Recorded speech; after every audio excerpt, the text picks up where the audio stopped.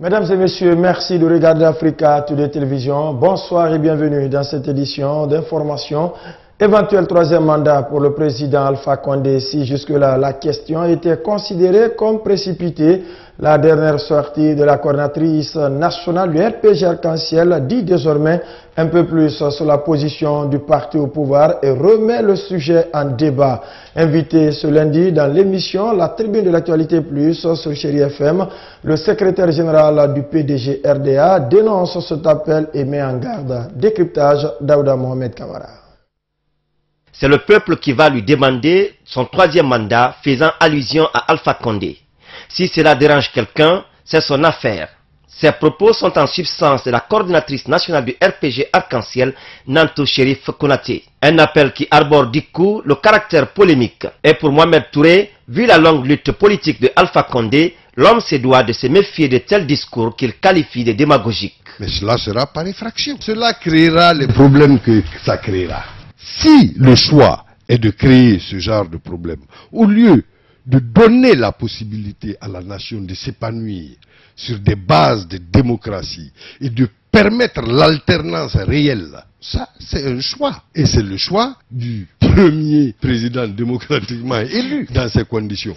Mais j'espère et je souhaite que le président Alpha Condé, qui a défendu autrement les valeurs démocratiques comme il les comprend, mais dans ces conditions, j'espère qu'il n'accédera pas à ces dialogues, à ces discours démagogiques. Et aux auteurs de ces appels, le secrétaire général du PDG RDA demande. Je leur dirais de cesser de créer des problèmes quand on peut les éviter. Et je leur dirais de nous permettre de mettre en place un État démocratique.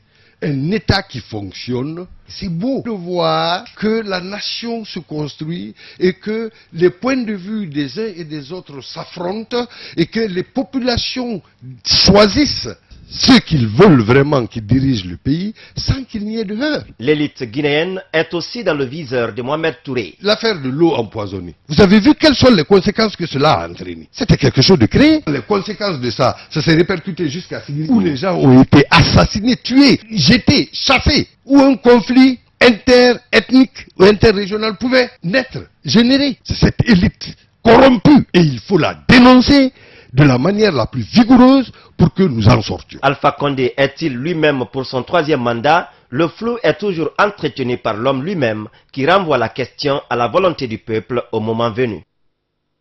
Autre chose au plan national, les travaux de validation du programme accéléré de sécurité alimentaire et nutritionnelle ainsi que de développement agricole durable se sont ouverts ce lundi à Conakry. Le gouvernement guinéen et son partenaire, la FAO, se pencheront pendant 48 heures sur les questions pour matérialiser l'engagement pris par le pays lors du sommet de l'Union africaine en 2013. Ça, Aliou Yombono nous signe le compte rendu. Après plusieurs travaux intenses au cours des 5 derniers mois à Conakry, la Guinée et la FAO entament une autre phase de la matérialisation de leur engagement dans le cadre de la sécurité alimentaire et nutritionnelle au pays. Au cours de ces 48 heures, à compter de ce lundi, le PASANDAD, entendé programme accéléré de sécurité alimentaire et nutritionnelle et de développement agricole durable, sera validé. Les objectifs du dit projet sont de 2 ordres. Atteindre la sécurité alimentaire et nutritionnelle, mais aussi créer la richesse et l'emploi par un développement des filières agricoles. C'est un programme accéléré en ce sens qu'il va donner la priorité à des activités porteuses d'une plus grande croissance économique. C'est aussi un programme multisectoriel qui réunit non seulement le secteur traditionnel de l'agriculture, de l'élevage et de la pêche, mais aussi ceux de l'eau et l'électricité, de la santé, de l'industrie et du commerce. En validant ce projet, la Guinée et la FAO confirment ainsi son intégration dans le plan national de développement économique et social, d'où l'importance des travaux de ce lundi aux yeux du ministre de l'Élevage. J'attache donc une grande importance à la validation de ce programme qui permettra de créer un cadre approprié pour la disponibilité des investissements nécessaires et l'utilisation des méthodes adéquates et modernes de production dans le domaine de l'agriculture. Je reste convaincu que vos réflexions amendements et propositions constructifs permettront d'enrichir les analyses déjà faites et d'affiner les articulations avec les orientations stratégiques contenues dans le PNDS. La promotion d'un environnement favorable au développement des filières, la dynamisation des filières agricoles et la promotion de la nutrition et du genre sont entre autres composantes du PASANDAD, une initiative présidentielle. L'ONG Éducation civique Guinée a procédé ce week-end au lancement officiel de ses activités axées sur la sensibilisation des citoyens sur le civisme. Pour cette étape, la structure s'est orientée vers une université privée de la place. De ce côté, une conférence débat dont le thème portait sur les comportements et attitudes à adopter en milieu universitaire a été animée. Le compte-rendu est signé Omar Sow.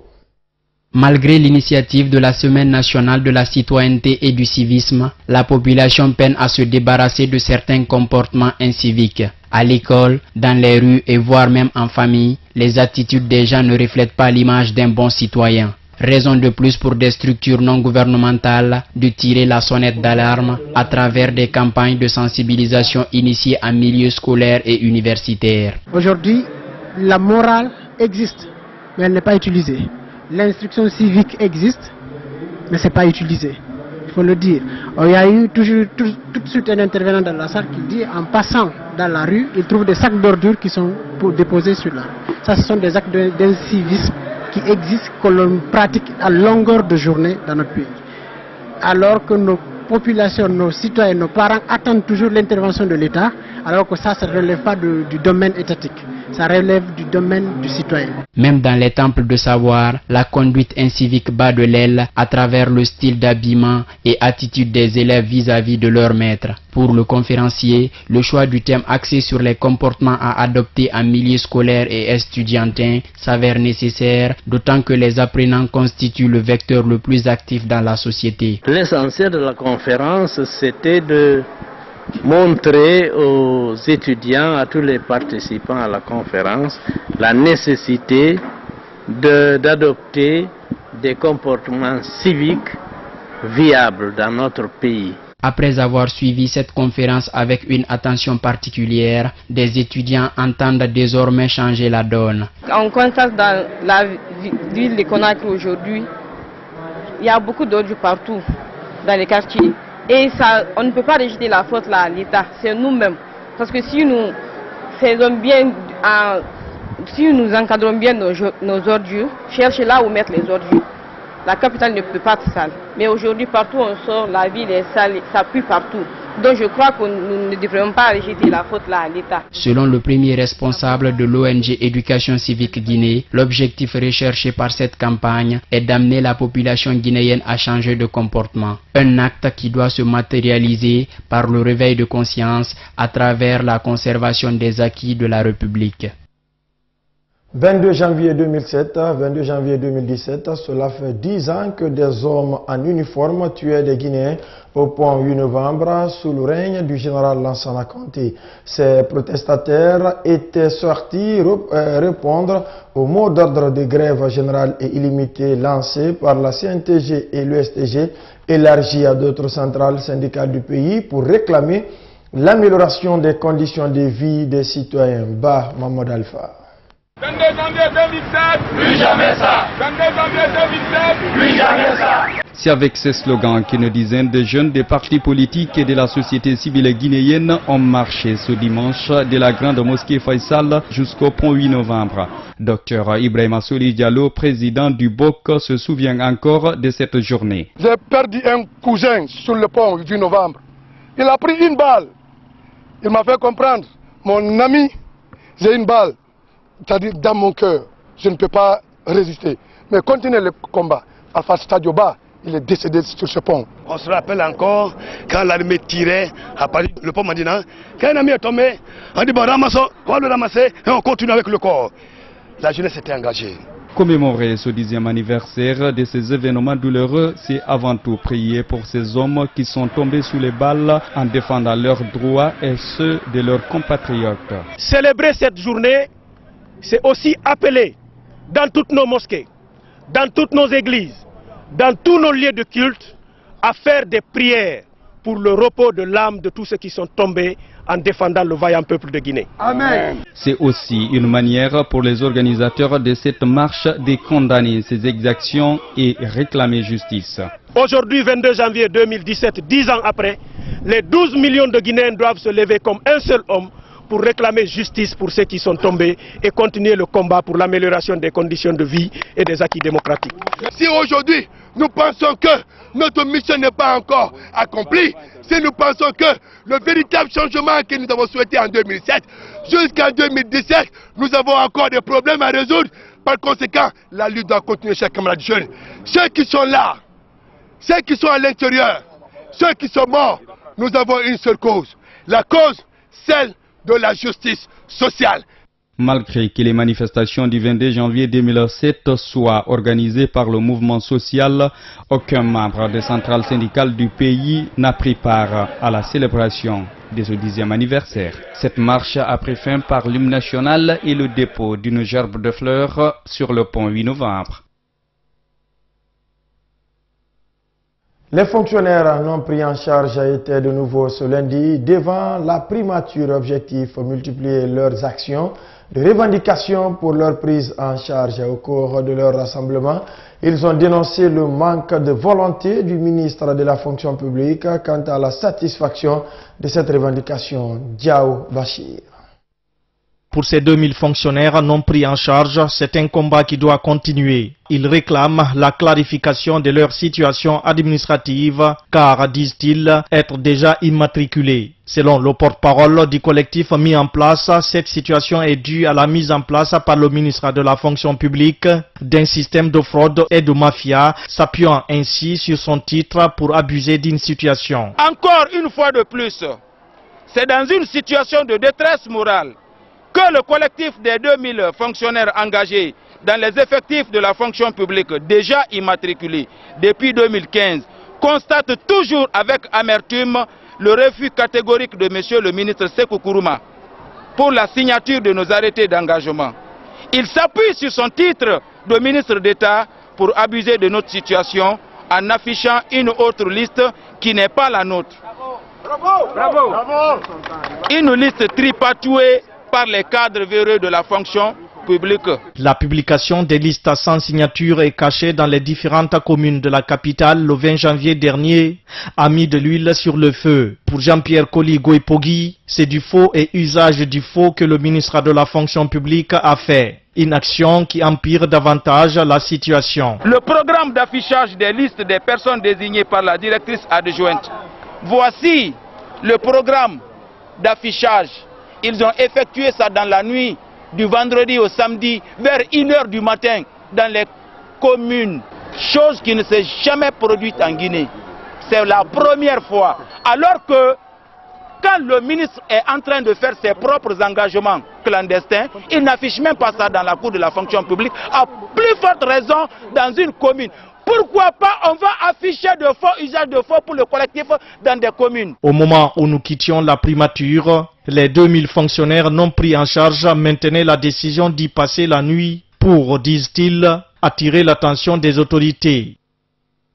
Dossier à suivre. Après la mise en place d'un parking auto et toilettes publiques payants, l'opérateur économique Ibrahima Souri Kaba s'active dans l'assainissement des emprises de l'arrière-cour. Cette action vise à débarrasser cet endroit aménagé pour le stationnement des engins d'état d'immondice. Une manière pour cet investisseur de préserver la santé de sa clientèle. Reportage à Saloum Kondé. C'est une vaste opération d'assainissement et de déguerpissement des occupants de l'arrière-cour du parking des engins qui a été déclenchée ce dimanche à Dixine-Gare. Pour l'initiateur, la mesure consiste à donner une belle vue à cet endroit, mais aussi et surtout œuvrer pour la préservation de la santé des citoyens. Ce qu'on a fait ici, tout le monde a aimé. Ensuite, il nous a dit aussi d'aider à voir ce qu'on a fait ici, Kenya, Dixine-Gare, si on peut encore faire derrière, parce que derrière ici c'était très rempli avec les ordures. Ça donnait les maladies aux gens, les populations.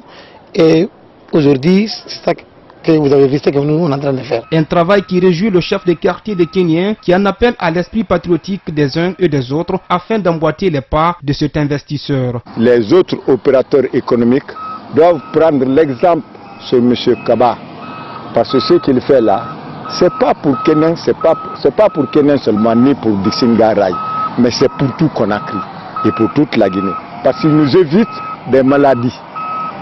En prenant les ordures là ici, ça nous évite beaucoup de maladies. Donc vraiment nous sommes très contents, nous sommes très satisfaits de ce qu'il fait. Après le dégagement des ordures et des occupants illégaux, le PDG de la société Samic entend prendre désormais des dispositions avec le gouvernorat pour éviter à l'avenir que des sans-abri viennent investir les lieux. Premier ce que je dis au matin, le monsieur le gouverneur, on peut enlever les ordures là aujourd'hui, mais si on ne peut pas prendre les mesures et mettre les gardes ici, de contrôler les lieux, et de regarder les lieux, les gens vont commencer à mettre les ordures aussi. Ce n'est pas seulement les Dixingar ici.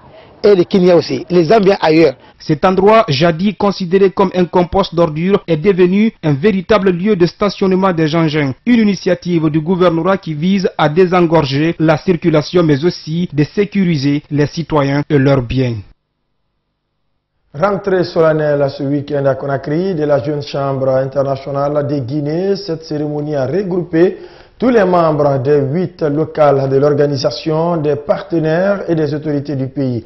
La rencontre a également permis au président sortant de passer le flambeau à celui de 2017, Alcine Diallo.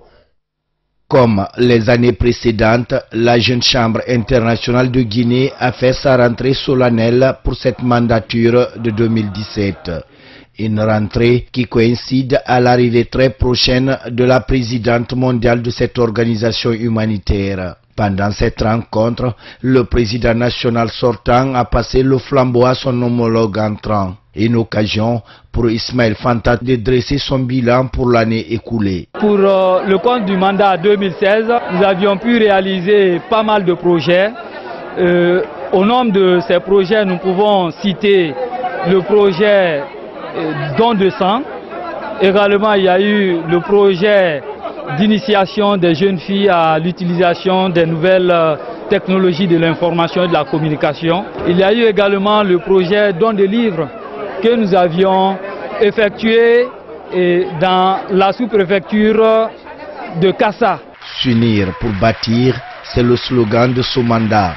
Pour le président national 2017, il n'y aura pas de fausses notes car les priorités sont énormes. La grande priorité après cette rentrée solennelle, nous devons d'abord réaliser des projets communautaires, donner une image forte à la Jeune Chambre internationale de Guinée pour que nous soyons une autorité à utilité publique à travers toute la Guinée. À cela s'ajoute le renforcement des capacités de nos membres. En jurant sur la constitution de la Jeune Chambre internationale, Lamine Souma s'est engagé à se mettre au service de l'ONG afin d'apporter des changements positifs. Et le ministre des Mines, lui-même ancien membre de cette structure, a lancé une invite à l'endroit de tous les jeunes pétris de positivité d'adhérer à la JCI. C'est un sentiment de satisfaction et surtout de joie quand nous voyons des jeunes de ce niveau-là s'organiser pour pouvoir améliorer leurs compétences et surtout pour aussi se créer des opportunités par leur travail. Je pense que ça ne peut que nous encourager et c'est une organisation à laquelle j'encourage l'adhésion de tous les jeunes pour pouvoir développer leurs capacités personnelles et pour pouvoir contribuer positivement au développement de la société. Le parrain de ce mandat 2017 a lui promis à la Jeune Chambre internationale de Guinée de tout mettre en œuvre pour l'atteinte de ses objectifs. Dernier élément nation de cette édition tenue ce week-end à Conakry d'un carnaval pour exprimer une joie autour de la nomination du Guinéen Mamadou Antonio Souaré au sein de la commission statut du joueur à la FIFA. C'est une initiative des responsables de Horaya Athletic Club dont il est le président. La mobilisation est partie de Matam pour le stade du 28 septembre en passant par la commune de Kalom. Oumi Kamara. Ce ce carnaval a sillonné 3 communes sur les 5 de la capitale, à savoir Matam, Dixine et Kaloum. Ce tour fait suite à la signature de l'acte le 18 janvier par la secrétaire générale de la FIFA. Une manière pour les dirigeants de Horea AC de montrer aux amateurs du courant leur satisfaction. C'est des choses à fêter, c'est des choses à encourager. C'est pour cela que le bureau exécutif de Horea a initié ce carnaval pour le jour du match aujourd'hui contre le Sumba, pour même venir fêter ça et faire savoir au public que la Guinée aussi a 2 membres au niveau de la commission FIFA. Par ailleurs, Mamoudou Dioumessi se dit confiant que cette désignation de leur PDG apportera beaucoup de progrès dans le football guinéen. Je pense qu'avec cette nomination, on aura beaucoup de projets. Il y aura des projets, construction des stades, des infrastructures sportives, parce que l'essentiel c'est ça. Parce qu'il faut que les footballeurs soient à l'aise au niveau de leur pratique du sport. Et je crois que si on a les infrastructures du sport, on pourra vraiment se réjouir de ça. Pour certains, ce choix n'est qu'une simple récompense du travail d'un homme. Ils pensent d'ailleurs qu'en occupant ces fonctions, Antonio Soare pourrait achever les projets qu'il a déjà entrepris dans son pays. Je pense que vous avez déjà vu que c'est un homme d'action. Il a pas mal entrepris d'action au niveau de ce football guinéen-là. Je pense que le mettant dans cette position-là, ça peut que contribuer, que consolider et pérenniser le travail que le président est déjà en train d'effectuer. À rappeler que la Guinée dispose désormais de 2 représentants au sein de la Fédération internationale de football FIFA, à savoir Almami Kabele Camara et Antonio Soare.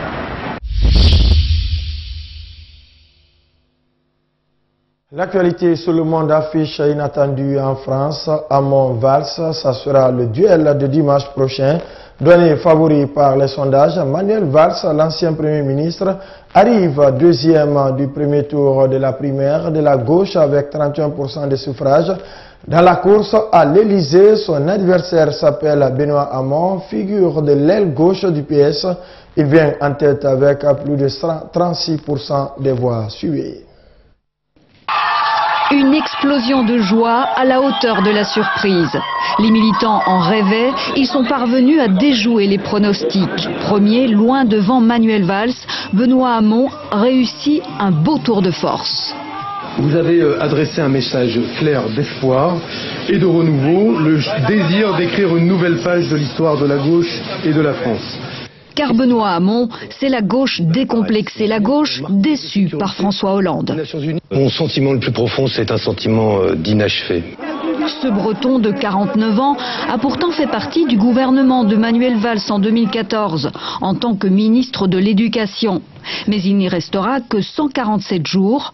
En désaccord profond avec les orientations socio-économiques, il jette l'éponge en août 2014 en compagnie d'Arnaud Montebourg. Et puis cet été, il se lance dans la course à la primaire. Il mène campagne avec des mesures très à gauche qui plaisent à l'électorat français, comme la réduction du temps de travail et surtout le revenu universel. Ici présent. Personne ne peut plus contester que la révolution numérique est une formidable opportunité, mais qu'elle va avoir des conséquences qui peuvent être négatives sur l'emploi si nous ne les maîtrisons pas. Le revenu universel d'existence est ce nouveau pilier de la protection sociale que je veux pour cette génération. Parce que ça reste... Ancien député européen, c'est surtout en 2008 que le grand public le découvre lorsqu'il est nommé porte-parole du PS par Martine Aubry. J'essaie d'être le porte-parole d'abord des militants socialistes et surtout de ce que je ressens être aujourd'hui comme les besoins des classes populaires et des classes moyennes. Benoît Hamon a aussi été le premier président du mouvement des jeunes socialistes en 93, un passé qui pourrait bien peser dans la balance, car déjà beaucoup de socialistes de la base ont décidé de lui apporter leur soutien. C'est un déluge qui s'est abattu sur la Polynésie française. Des pluies exceptionnelles tombent depuis plusieurs jours sur ce bout de France en Océanie. Une collectivité d'outre-mer placée en état de calamité naturelle. Les écoles de Tahiti et Moroa sont fermées et des centaines d'habitations sont submergées. Suivez. Les rues de Papeete sont méconnaissables. Un amas de boue et de déchets charriés par des pluies diluviennes. Les intempéries ont touché les îles les plus peuplées de la Polynésie, inondant des centaines de maisons. On essaie de voir un petit peu les dégâts, mais bon, il y a plus, comme vous voyez, en fait, à l'heure actuelle, il n'y a plus rien en fait à récupérer. Partout, les dégâts témoignent de la violence du courant. Cette habitante a eu la peur de sa vie la nuit dernière. À 3 h du matin, l'eau est montée jusqu'au fessier. Hein? Et puis après, tu comptes, ça monte 3 h 30 du matin, la rivière est venue. Mais quand elle est venue, elle a ravagé devant elle. Voici les rues de la ville au petit jour. En quelques heures, 300 mm de pluie sont tombés sur des terrains déjà gorgés d'eau. Météo France n'avait pas prévu de telles précipitations. Face à l'ampleur des destructions, l'état de calamité naturelle a été déclaré. Certaines routes sont détruites sur plusieurs kilomètres. Des quartiers entiers sont privés d'eau et d'électricité. Des centaines de personnes ont donc dû être évacuées. Beaucoup vont passer la nuit prochaine à l'abri dans des gymnases. Il y en a dont la situation est critique puisque certains ont perdu leur maison. De nouvelles pluies sont attendues dans les prochaines 24 heures. Pour le moment, l'île reste coupée du monde. L'aéroport inondé est fermé jusqu'à nouvel ordre. C'est un peu comme s'il avait choisi son camp d'effets alternatif. C'est le nouveau concept inventé par les conseillers de Donald Trump pour rejeter des accusations de mensonges nées de la polémique sur le nombre de participants à la cérémonie d'investiture du nouveau président américain. Nouvelle polémique entre dans le côté de la presse et l'autre, une administration qui tente de se mettre en place malgré les critiques. Voici le portrait de l'équipe qui va diriger l'Amérique les 4 prochaines années. Suivez. Donald Trump est convaincu que son cabinet est le meilleur de tous les temps. Le président a recruté plusieurs entrepreneurs. Il y a notamment Rex Tillerson qui sera secrétaire d'État. Ancien patron du groupe pétrolier ExxonMobil, il a négocié des contrats avec la Russie. Il a développé des liens étroits avec Vladimir Poutine. Il a été choisi par Trump pour rétablir les liens avec les Russes. Nous leur avons envoyé des messages faibles ou désordonnés avec des lignes rouges qui devenaient des lignes vertes. Nous devons avoir un dialogue ouvert avec la Russie. Wilbur Ross a été choisi pour être secrétaire au commerce. Ce milliardaire et ancien banquier devra ramener les emplois aux États-Unis. La Chine est le pays le plus protectionniste des grands pays. Les Chinois parlent plus du marché libre qu'ils ne l'appliquent vraiment. Steven Mnuchin a été nommé secrétaire au Trésor. C'est un ancien banquier de Goldman Sachs. Il est très critiqué pour son rôle pendant la crise économique de 2008. Monsieur Mnuchin était patron de One West. Cette banque a prouvé qu'elle pouvait mettre des gens précarisés à la rue plus vite que n'importe qui. Lui dément ces accusations et il veut casser une loi mise en place par Obama pour réguler la finance. Dans l'équipe de Donald Trump, il y a aussi des élus politiques. Jeff Sessions, futur secrétaire à la justice, veut construire le mur à la frontière mexicaine. Mais il est également contre l'homosexualité et contre l'avortement. Tom Price sera secrétaire à la santé. Il est également opposé à l'avortement. C'est lui qui doit démanteler l'Obamacare, cette réforme qui a permis à des millions de personnes précarisées d'avoir une assurance santé. Rick Perry a été nommé secrétaire à l'énergie. C'est un climato-sceptique, il veut relancer le secteur des énergies fossiles. Avec le charbon, le pétrole, il espère recréer des millions d'emplois. Trump a aussi recruté dans le milieu militaire. James Mattis, secrétaire à la Défense, a prêté serment. Il va diriger le Pentagone. Cet ancien général est surnommé Mad Dog, chien enragé. Il va nous protéger. En fait, il a eu la plus courte interview au Congrès que j'ai jamais vue. Je pense qu'ils ont eu peur de lui. Donald Trump a également des conseillers sans expérience politique. Steve Bannon est l'ancien patron de Breitbart News, site d'information d'extrême droite. Il va collaborer avec Jared Kushner, c'est le mari d'Ivanka Trump et donc le beau-fils de Donald Trump. Il a toute la confiance du président. Tu es tellement bien, Jared. Si toi tu ne peux pas ramener la paix au Moyen-Orient, personne ne peut le faire. La confiance de Donald Trump en son équipe semble sans limite. Mais l'avenir dira si ce cabinet réussira vraiment à concrétiser les très nombreuses promesses de campagne de Donald Trump. L'intransigeance de la rébellion, pas question de discuter directement avec le régime de Damas et si les négociations échouent, eh bien la guerre continuera. Le ton est donné pour le début pour parler de paix d'Astana au Kazakhstan, et après plus de 6 ans de conflit et plus de 300 000 morts. C'est la possibilité d'une paix qui est pourtant en jeu. Suivez. Les règles ont changé à la toute dernière minute à Astana. Les délégations syriennes et rebelles sont présentes autour de la table, mais elles ne négocieront finalement pas en face à face. Le sommet, qui doit durer 2 jours, débute sous les pires augures. Défaite à Alep, perte de l'appui turc au profit de Bachar el-Assad, la rébellion arrive affaiblie, mais elle tient tête. La cause, ce sont ces frappes aériennes dans la province de Homs, malgré l'accord pour un cessez-le-feu négocié le 30 décembre. À 3000 km de la table des négociations depuis leur camp au Liban, les réfugiés syriens, eux, n'espèrent plus rien. Ce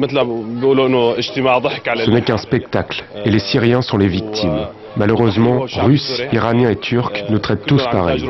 Nous sommes un gâteau, et ils veulent tous une part. Ça fait 6 ans maintenant que nous entendons toutes sortes de choses, mais rien n'en ressort jamais. À la fin de la journée, on espère juste que tout cela va s'arrêter et que nous pourrons un jour rentrer chez nous en toute sécurité. Ancienne république soviétique, musulmane et turcophone, Astana incarnait l'espoir d'une base solide vers un processus de paix. Tous les pourparlers ont échoué à mettre fin au conflit syrien qui a fait plus de 310 000 morts. Voilà, mesdames et messieurs, c'est la fin de cette édition. Tout le plaisir a été pour moi de vous servir. Demain, mardi, vous serez en compagnie de Daouda Mohamed Kamara. Portez-vous bien.